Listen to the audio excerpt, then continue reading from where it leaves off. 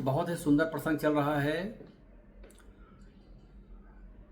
ये बहुत ही ज्ञानप्रद है क्योंकि उत्तरकांड में जब श्री रामचंद्र जी राजा बन गए, सब कुछ कार्य अच्छे से चल रहा है और श्री राम भक्त हनुमान जी ने देखा कि सब व्यवस्थित है, श्री रामचंद्र जी भी शांति से बैठे हैं, कुछ प्रश्न पूछते हैं।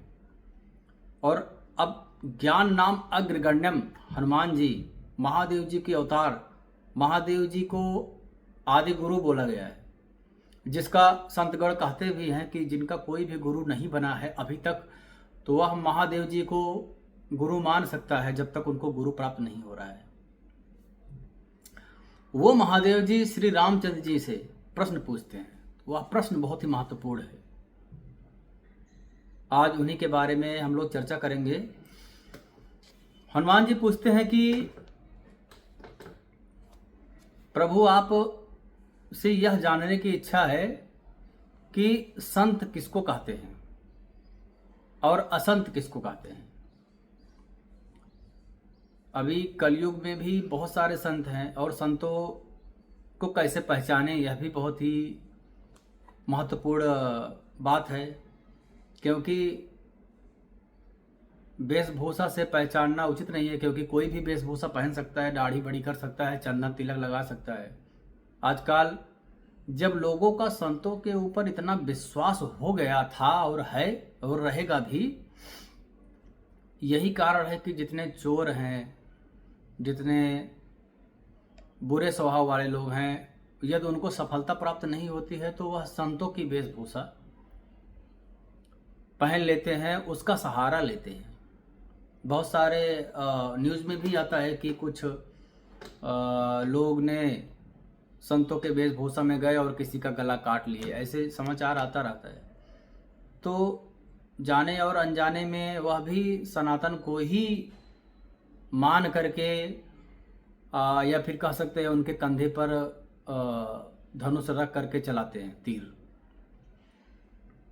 विजय तभी मिलता है जब उनको सनातन का सहारा लेना पड़ता है, क्योंकि अभी भी लोगों का विश्वास एक रहता है कि ये संत हैं तो ये अधर्म का कार्य नहीं करेंगे, अभी भी चल रहा है।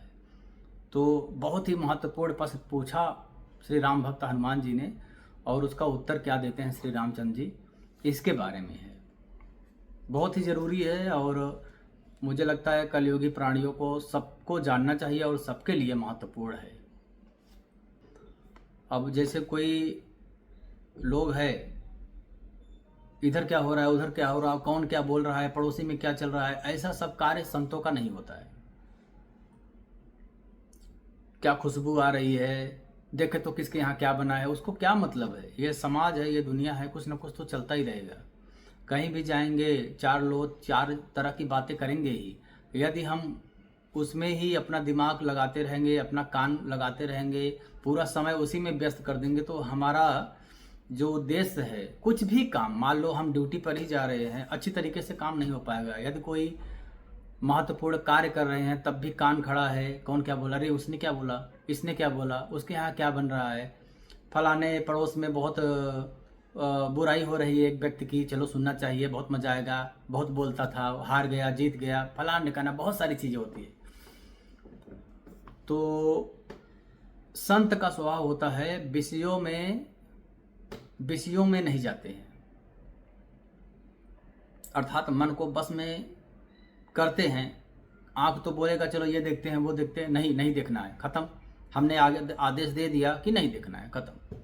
अपने आप को कंट्रोल करके रखना, अपने आप को नियंत्रित करके रखना संतों का स्वभाव होता है। साधना तो इसको ही बोलते हैं ना, योग क्या है, चित्त वृत्ति निरोधः इति योगः, मन को बस में करना। मन क्या है, सारे ज्ञानेंद्रियों का राजा है मन। हमको वो देखना है, मन के पास आँख ने मन को भेजा कि हम देख लेते हैं यार, कुछ बढ़िया चीज़ लग रहा है। आँख ने मन को पूछा क्या देखना है क्या, मन ने बुद्धि को पूछा, बुद्धि बोला नहीं, क्या मतलब है, चलो हम राम राम बोलते हैं। तो बुद्धि ने मन को आदेश दिया, अरे नहीं देखना है। तो मन ने आँख को बोला, दृष्टि को नहीं देखना है, क्या मतलब है, ठीक है नहीं देखेंगे, हो गया, नियंत्रित हो गया। उसी प्रकार से कान है, जिह्वा है, जितनी भी ज्ञान इंद्रियां हैं, नाक है। तो संतों का एक स्वभाव होता है, बोला क्या जाता है, यदि वास्तविक संत है तो क्या बोला जाता है, ब्रह्म भूता प्रसन्न आत्मा न सोचत न कांक्षत समः सर्वेश भूतेषु मद भक्ति लभते परम। यदि कोई संत है, भगवान का भक्त है, तो वह कुछ अनर्थ सोचता ही नहीं है। जो हो रहा है होने दो ना, भगवान की इच्छा से वह सब कुछ समर्पित कर देता है भगवान को। जो कुछ भी होगा, अच्छा होगा या फिर बुरा होगा, परंतु भगवान कर रहे हैं,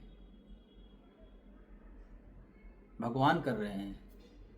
सर्वम खल विदम ब्रह्मा नेह नानास्ति किंचन ईशावासितम सर्वम यत् किंच जगत्याम जगत। हर जगह तो वही बोला गया है कि सब कण कण, विष्णु अर्थात जो अणु अणु में व्याप्त है वो विष्णु है सब जगह। अनेक रूप रूपाय विष्णवे प्रभ विष्णवे। सहत शिरखा पुरखा सहस्त्राक्ष सहस्त्रपाद सा भूमिम विश्वतो स्पृत्वा प्रतिष्ठा दशंगुलम। बहुत सारे मंत्र हैं, भगवान ने ही सब कुछ बनाया, भगवान की। अच्छा, यदि सोचे हम कुछ प्लानिंग करते हैं कोई भी कार्य के लिए, क्या वह ऐसे ही होता है जैसे हम प्लान करके रखे हैं, आज सुबह उठेंगे 7 बजे ये होगा, 8 बजे ये होगा, 9 बजे होगा, पूरा कभी नहीं होता होगा। सब कुछ भगवान की इच्छा से, कोई और शक्ति है जो करती है, यही समझना चाहिए। इससे शांति भी मिलता है, जो कुछ भी हो रहा है होने दो। यदि संत भगवान के ऊपर इतना सब कुछ छोड़ देते हैं, सर्वधर्मान परित्यज्य, सब कुछ छोड़ दिए भगवान के ऊपर, तो फिर भगवान भी उसको ऐसे ही निर्वहन करते हैं। करहूं सदा तिनके रखवारी जिम बालक राखे महतारी। जैसे माँ अपने बच्चे को प्यार करती है, खाना खाया, पानी पिया, कपड़ा पहना, उधर मत जाओ इधर मत जाओ, हर प्रकार से गोद में लेना, दुलार करना, नहलाना धुलाना, सब कुछ। ऐसे ही भगवान अपने भक्तों का अर्थात संतों का ध्यान रखते हैं। तो फिर संत टेंशन क्यों लेगा, इधर उधर क्यों देखेगा। अर्थात यहाँ पर दिया गया है कि विषयों में लंपट नहीं होते हैं संत। उन्हें पराया दुख देख करके दुख होता है। कोई दुखी है, जीवों पर दया करना। अष्टादश पुराणेषु व्यासस्य वचनद्वयम् परोपकाराय पुण्याय पापाय परपीडनम। सारे वेदों शास्त्रों का निचोड़ यही है कि दूसरों को दुख मत दो और दूसरों को जितना हो सके आनंद प्रदान करने की कोशिश करो।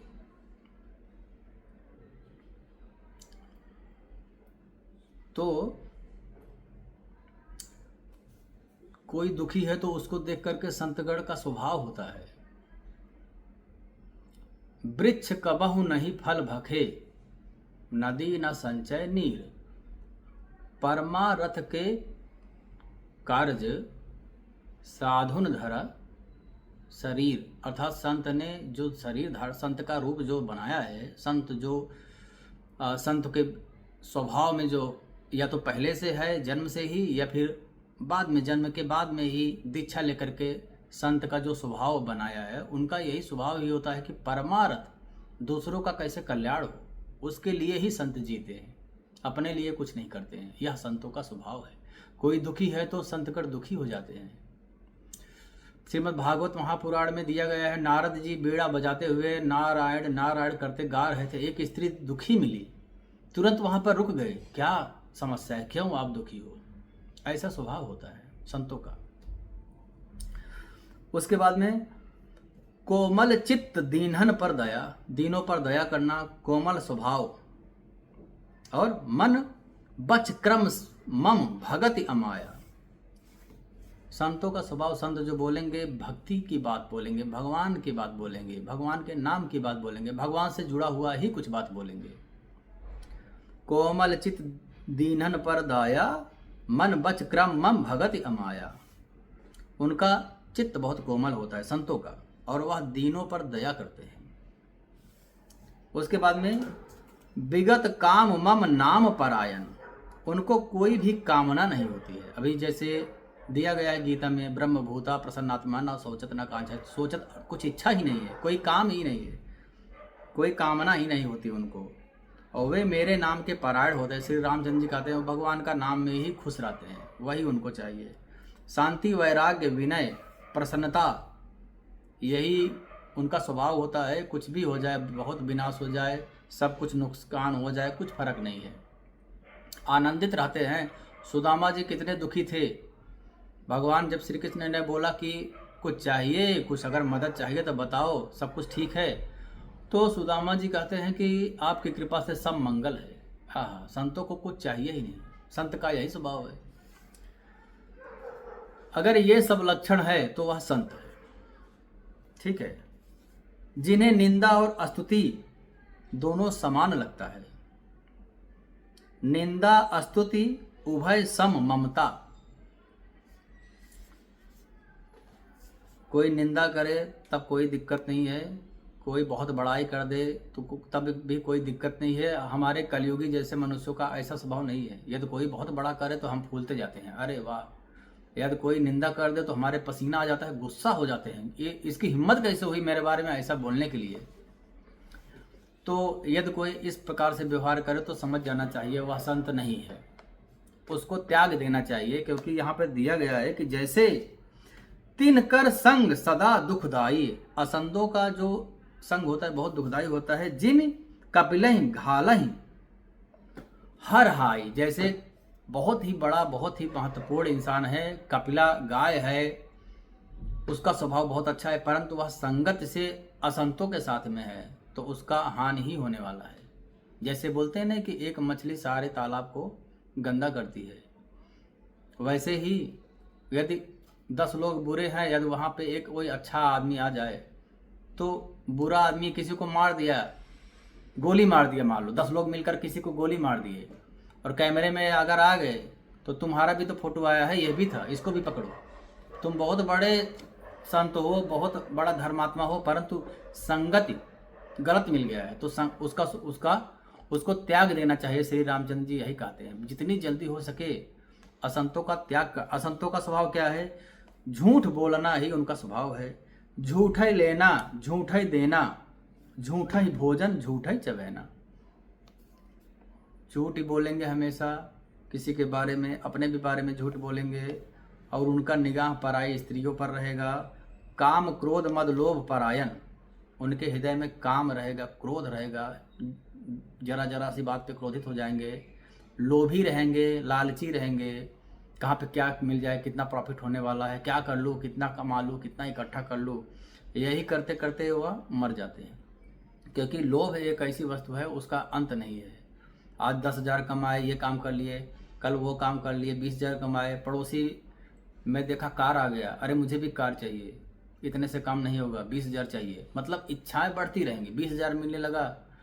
यहाँ तक कि इंद्र को भी इच्छा है, इंद्र भी बोलता है मुझे ब्रह्मा का पद चाहिए, ब्रह्मा जी सोचते हैं मुझे विष्णु भगवान का पद चाहिए, राजा सोचता है मैं महाराजा होता तो जाता, महाराजा सोचता है मैं छत्रपति होता तो ज़्यादा सही। मतलब कोई भी सुखी नहीं है, थोड़े थोड़े सब दुखी, सुखी कौन है?